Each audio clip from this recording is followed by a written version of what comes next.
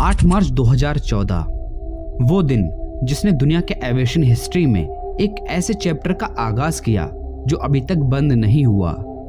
Malaysia airlines की flight MS-370 Kuala Lumpur से Beijing के सफ़र पर निकली। 239 लोग इस फ्लाइट में सफ़र कर रहे थे। हर किसी के अपने अपने ड्रीम्स, अपने कैरियर और हर किसी की अलग अलग कहानियाँ थीं। फ्लाइट को टेक ऑफ किए 1 घंटा भी नहीं हुआ था कि फ्लाइट अचानक रडार और कम्युनिकेशन सिस्टम से एकदम गायब हो गई। बल्कि कहूँ तो रडार से ही नहीं, हमेशा के लिए गायब हो गई और आज तक उसका कोई भी नामो निशान नहीं मिला। क्या हुआ उस फ्लाइट के साथ? कहीं क्रैश हुई, हाईजैक हुई या फिर उसके साथ कुछ और हुआ? Welcome to beyond the thought. और आज के इस एपिसोड में हम एक ऐसे प्लेन की मिस्टीरियस स्टोरी के बारे में बात करेंगे जो एक रियल स्टोरी पर बेस्ड है और जिसने पूरी दुनिया को हिला दिया था।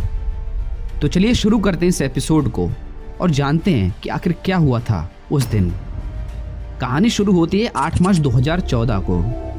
मलेशियन एयरलाइंस की फ्लाइट MS-370 एक बोइंग 777-200ER थी। एक ऐसा एयरक्राफ्ट जो अपनी सेफ्टी और रिलायबिलिटी के लिए जाना जाता था। फ्लाइट में 227 पैसेंजर्स, 2 पायलट और 10 क्रू मेंबर्स थे। पैसेंजर्स सिर्फ मलेशिया से ही नहीं थे, ये कई कंट्रीज से थे, यहाँ तक कि इंडिया से भी। पायलट में से एक थे ज़हारी अहमद शाह जो 53 की एज में मलेशिया एयरलाइंस के सबसे सीनियर कैप्टन में से एक थे और दूसरे थे 27 साल के फारिक अहमद जो कि अभी तक अपनी ट्रेनिंग पर थे। फ्लाइट ने कुआलालंपुर के इंटरनेशनल एयरपोर्ट से रात 12:41 AM पर टेक ऑफ किया। पहले 40 मिनट सब कुछ बिल्कुल नॉर्मल था। एयर ट्रैफिक कंट्रोल के साथ कांटेक्ट स्मूथ था और फ्लाइट अपने रूट पर थी। 1:01 AM पर ज़हारी ने रेडियो से कंट्रोल रूम को बताया कि वो 35,000 फीट की ऊंचाई पर पहुंच गए हैं। फ्लाइट MS-370 जब वियतनाम के एयर स्पेस में एंटर करने वाली थी तब उसका मलेशियन एयर ट्रैफिक कंट्रोल से लास्ट कम्युनिकेशन हुआ। टाइम था 1:19 AM जिसमें कंट्रोल रूम की तरफ से मैसेज आया जिसके जवाब में फारिक अहमद ने कहा ये कम्युनिकेशन काफ़ी रिलैक्स्ड और रूटीन थी जो किसी इमरजेंसी या टेक्निकल प्रॉब्लम का संकेत नहीं देती थी। इस मैसेज के 2 मिनट बाद ही यानी 1:21 AM पर फ्लाइट रडार से एकदम गायब हो गई। ये वो मोमेंट था जब फ्लाइट वियतनाम एयर स्पेस में एंटर करने वाली थी। कुआलालंपुर के कंट्रोल रूम को लगा कि ये जस्ट कोई कम्युनिकेशन ग्लिच होगा और फ्लाइट वियतनाम एयर स्पेस में एंटर कर चुकी होगी।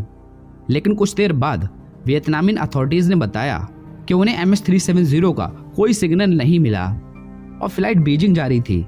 तो बीजिंग एयर ट्रैफिक कंट्रोल से भी पूछा गया पर उन्होंने भी यही कहा कि फ्लाइट हमारे रडार पर नहीं दिखाई दी। Air traffic control civilian radar का इस्तेमाल करते हैं जिसे सेकेंडरी रडार भी कहा जाता है, जो कि एयरक्राफ्ट पर लगे ट्रांसपोंडर से निकलने वाले सिग्नल पर रिलाई करते हैं। पर ट्रांसपोंडर ने 1:21 AM पर काम करना बंद कर दिया। ट्रांसपोंडर का लास्ट डाटा यही दिखाता है कि एयरक्राफ्ट 35,000 फीट की ऊंचाई पर उड़ रहा था और आसपास थोड़े बादल थे और बारिश के भी कोई आसार नहीं दिखाई दे रहे थे। इसके बाद मलेशिया ने सर्च और रेस्क्यू ऑपरेशन का अनाउंसमेंट कर दिया। ये ऑपरेशन सिर्फ साउथ चाइना सी पर फोकस था जहां पर फ्लाइट का आखिरी बार रडार कांटेक्ट हुआ था, क्योंकि उन्हें लगा कि अगर फ्लाइट क्रैश हुई तो वहीं पर होगी। इसके लिए मलेशिया के साथ वियतनाम, थाईलैंड और फिलीपींस के रेस्क्यू टीम्स को भी डिप्लॉय किया गया। शिप्स और एयरक्राफ्ट को गल्फ ऑफ थाईलैंड और साउथ चाइना सी के एक वेस्ट एरिया में भेजा गया। वियतनाम के फिशरमैन और कोस्ट गार्ड को भी अलर्ट किया गया कि अगर कोई डेब्रिस या अनयूजुअल चीज दिखे तो तुरंत इन्फॉर्म करें। इस वक्त हर कंट्री का एक ही लक्ष्य था, सर्वाइवर्स ढूंढना और मिस्ट्री को सॉल्व करना। जब फ्लाइट MS-370 को साउथ चाइना सी पर सर्च करने के बाद कोई भी एविडेंस नहीं मिला तो इन्वेस्टिगेशन और सर्च ऑपरेशन का फोकस बदला गया, जिसमें मलेशियन मिलिट्री रडार का सहारा लिया गया। क्योंकि मिलिट्री रडार, जिन्हें प्राइमरी रडार भी कहा जाता है, वो किसी ट्रांसपोंडर पर डिपेंड नहीं करते। ये रडार रेडियो वेव्स इमिट करता है जो किसी ऑब्जेक्ट से टकराकर वापस आती हैं, जिससे ऑब्जेक्ट का लोकेशन और मूवमेंट ट्रैक होता है। मिलिट्री रडार ने जो डाटा दिया वो सच में सभी के होश उड़ा देने वाला था।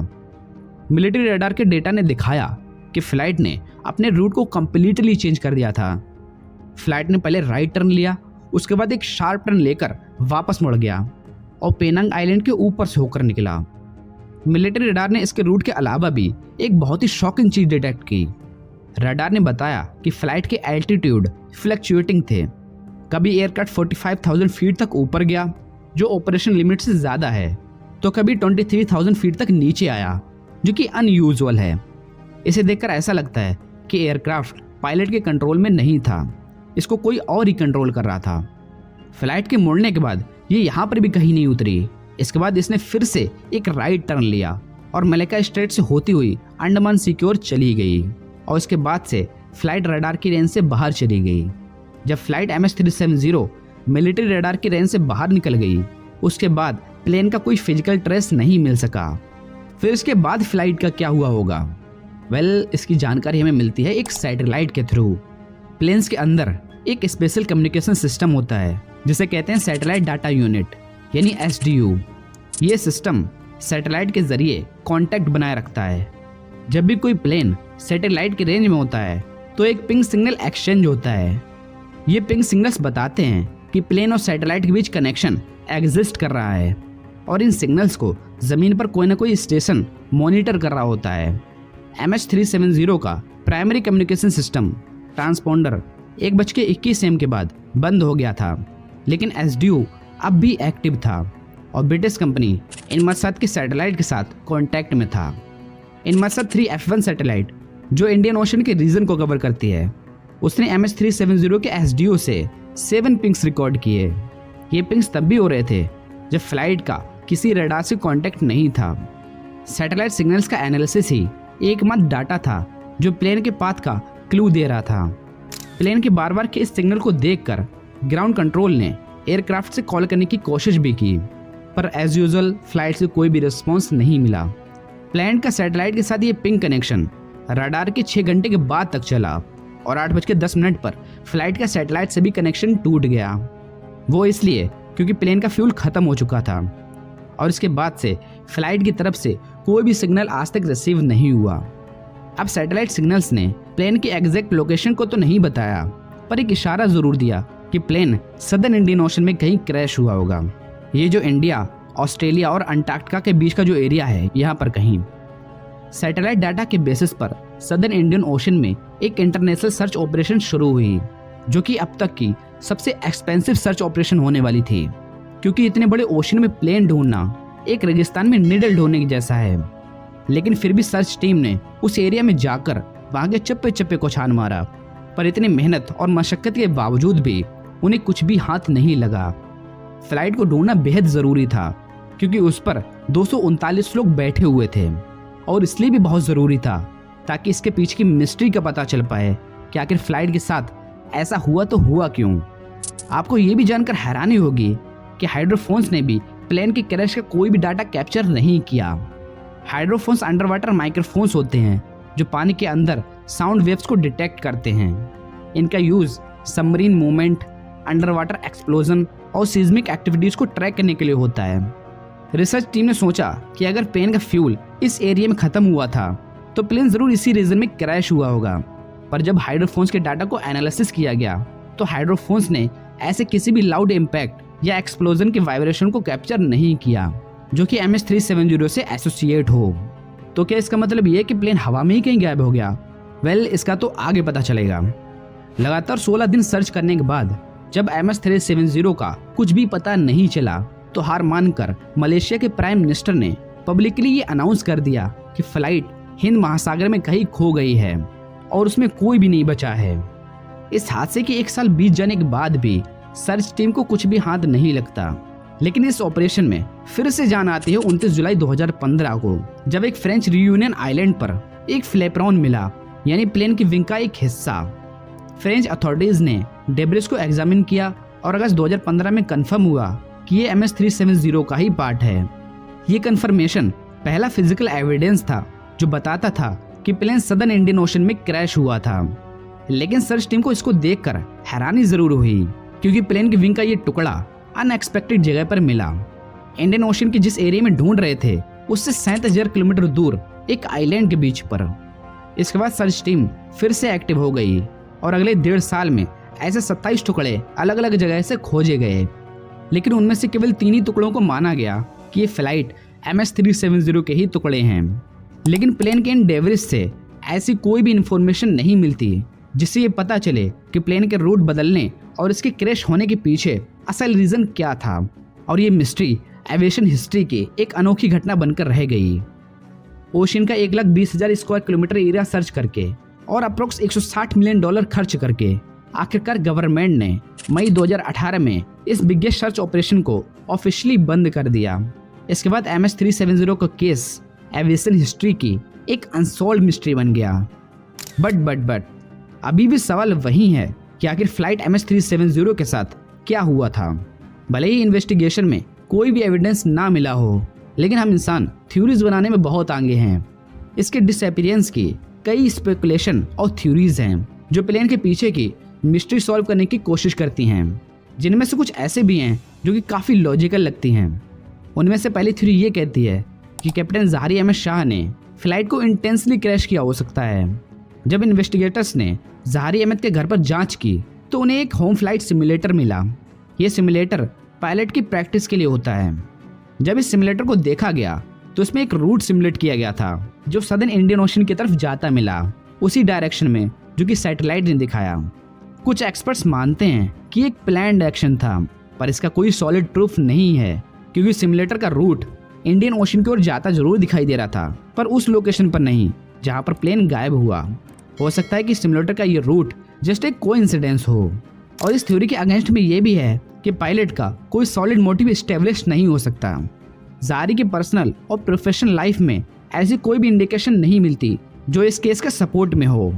ज़ाहरी का बैकग्राउंड ऑलरेडी वेल्दी था, तो ये लॉजिकल नहीं लगता कि ज़ाहरी को किसी ने पैसे दिए और उन्होंने किसी दबाव में आकर प्लेन को क्रैश कर दिया। एक और पॉसिबिलिटी बताई जाती है हाईजैकिंग की। फ्लाइट 370 के टेक ऑफ करने से पहले 2 लोगों को फेक पासपोर्ट के साथ पकड़ा गया था, तो ये अनुमान लगाया गया कि उन दोनों लोगों का कोई ना कोई कनेक्शन हाईजैकिंग में ज़रूर था।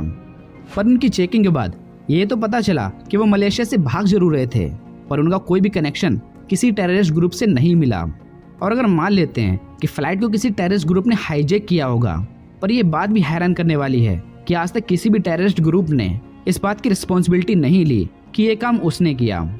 अगर कोई टेररिस्ट ग्रुप ऐसा काम करता है तो वो इसकी रिस्पॉन्सिबिलिटी लेता है क्योंकि उसके पीछे उसका कोई इंटेंशन होता है। पर फ्लाइट 370 के केस में ऐसा कुछ भी नहीं हुआ। इसके अलावा एक थ्योरी है मैकेनिकल फेलियर के एक्सपेक्ट में। प्लेन के सिस्टम में एक अनएक्सपेक्टेड मेल फंक्शन की वजह से ये ट्रेजेडी हो सकती है। कई थ्योरिस्ट का मानना है कि प्लेन का इलेक्ट्रिकल सिस्टम पूरी तरह से फेल हो गया होगा, जिससे कम्युनिकेशन सिस्टम शट डाउन हो गया। और एक पॉसिबिलिटी ये भी मानी जाती है कि प्लेन में रैपिड डिप्रेशराइजेशन हुई हो, यानी प्लेन के इलेक्ट्रिकल सिस्टम फेल होने की वजह से कैबिन का प्रेशर गिर गया और पायलट और पैसेंजर्स बेहोश हो गए, जिसके बाद प्लेन ऑटो पायलट मोड पर उड़ता रहा जब तक उसका फ्यूल खत्म नहीं हो गया, और फ्यूल खत्म हो जाने के बाद प्लेन क्रैश हो गया। पर इस थ्योरी में भी काफ़ी फ्लॉज हैं। इंजीनियर्स का मानना है कि प्लेन का ऑटो पायलट मोड इतना एडवांस नहीं होता है कि वो इतना शार्प टर्न ले सके। इसी तरह की कई और भी थ्योरीज हैं, पर कोई भी थ्योरी फ्लाइट 370 के केस का एक्चुअल रीज़न नहीं बताती। फ्लाइट की डिसअपीयरेंस के बारे में हमें तब तक अच्छी तरह से पता नहीं चल सकता जब तक फ्लाइट का रैकेज या ब्लैक बॉक्स नहीं मिल जाता। एयरक्राफ्ट में ब्लैक बॉक्स एक स्पेशल डिवाइस होता है जो फ्लाइट के क्रिटिकल डाटा और कॉकपिट कन्वर्सेशन को रिकॉर्ड करता है। ये डिवाइस किसी भी एयर इंसिडेंट की इन्वेस्टिगेशन के लिए सबसे इम्पोर्टेंट एविडेंस होता है, पर वो कभी मिलेगा या नहीं किसी को नहीं पता। ये मिस्ट्री एक अनरिजॉल्व्ड चैप्टर बनी रहेगी। क्या ये एक ह्यूमन एरर था या फिर एक ऐसा टेक्निकल फेलियर जिसका जवाब साइंस के पास भी नहीं है।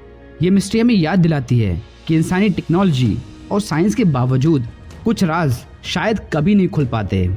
जब तक MH370 का सच सामने नहीं आता, ये एक ऐसे अधूरे सफर की कहानी बनी रहेगी जो दुनिया के दिल और दिमाग में जिंदा है। और MH370 का सच कभी सामने आएगा या नहीं, ये तो वक्त ही बताएगा। ये कहानी यहीं पूरी होती है और मैं आपकी राय जरूर जानना चाहूँगा कि आप ये फ्लाइट जो 239 लोगों को अपने साथ ले गई, इसके बारे में क्या सोचते हैं। क्या आपके दिमाग में कोई ऐसी थ्योरी है जो इस केस को समझा सकती हो? मुझे कमेंट में ज़रूर बताएं। और अगर हमारे चैनल पर पहली बार आए हैं तो वीडियो को लाइक करके चैनल को सब्सक्राइब ज़रूर कर लीजिए, क्योंकि इस प्लेस पर आपको ऐसे ही मिस्टीरियस और नॉलेजेबल इन्फॉर्मेशन मिलती रहेगी। तब तक के लिए गुड बाय, टेक केयर।